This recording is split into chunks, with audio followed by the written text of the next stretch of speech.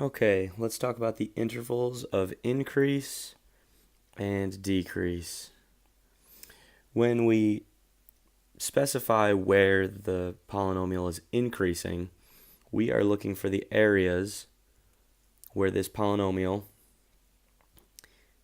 is moving in the upwards direction, and we're always talking about traveling in the positive x direction. So as we move left to right, where is this function increasing? Well, if we start at negative a billion, it's going to be very far down in the y direction, very negative value. So as we move positive, more positive, this function begins to increase. And you can see that when we get to here, we get to negative 4, we're somewhere around negative 5. When we get to negative 3, we're at 0, still increasing as we get to negative, just before negative 2, and then it stops. So as we travel this direction, this polynomial will have been increasing. It's no longer increasing at this point. So what we say is that it began increasing. Well, we can't determine exactly where it began increasing because it didn't really. It goes forever. So in interval notation, we'll say that the beginning of the interval of increase was at negative infinity, because all the way this way in the negative x direction, it has begun increasing, and it always is increasing all the way until this negative 2. When x is negative 2, it's no longer increasing. So we'll say that from negative infinity to negative 2, our polynomial is increasing. But that's not the only interval where it's increasing, because as you'll notice, after negative 2, it decreases for a little while, and then it increases again, and it will never stop increasing after that point. So the other area of increase, or interval of increase rather, goes from when x is 1 to infinity, because it's always going to be increasing from that point on. So we'll say that the other interval of increase is from 1 to positive infinity.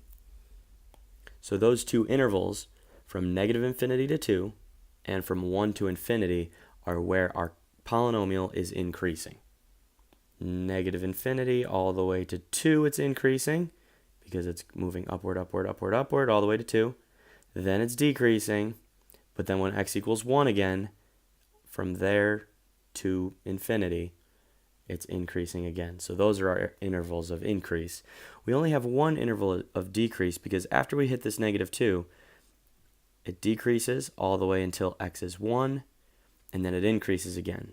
So there's one interval of decrease, and we will note that in our set notation by saying that that begins at negative 2, and then when x is 1, it's no longer decreasing anymore. So those are our two intervals of increase and our one interval of decrease. And then the one other thing that I'm going to touch upon in this video is just talking about the turning points. Turning points are any point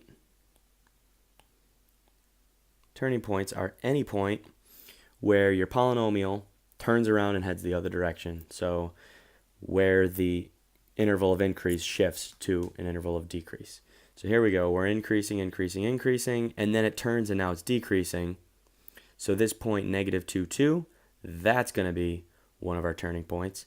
And then it's decreasing, and then it turns around and now it's increasing. So that point, 1, negative 11.5, is another one of our turning points. So we're going to specify what those two turning points are. Right here it's asking for our turning points, and we're going to write them as ordered pairs, so that will look like our interval notation for intervals of increase and decrease, but it's asking for turning points, so we're going to write them as ordered pairs, just like we would for any other point. So one of our turning points is the point negative 2, 2, right here, because that's where we go from increasing to decreasing.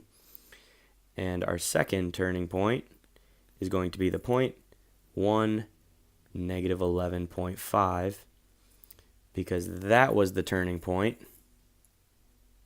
where we went from decreasing to increasing. So those would be our two turning points. And then I'm going to take roots, equation, and y-intercept and put them in the last video for this polynomial.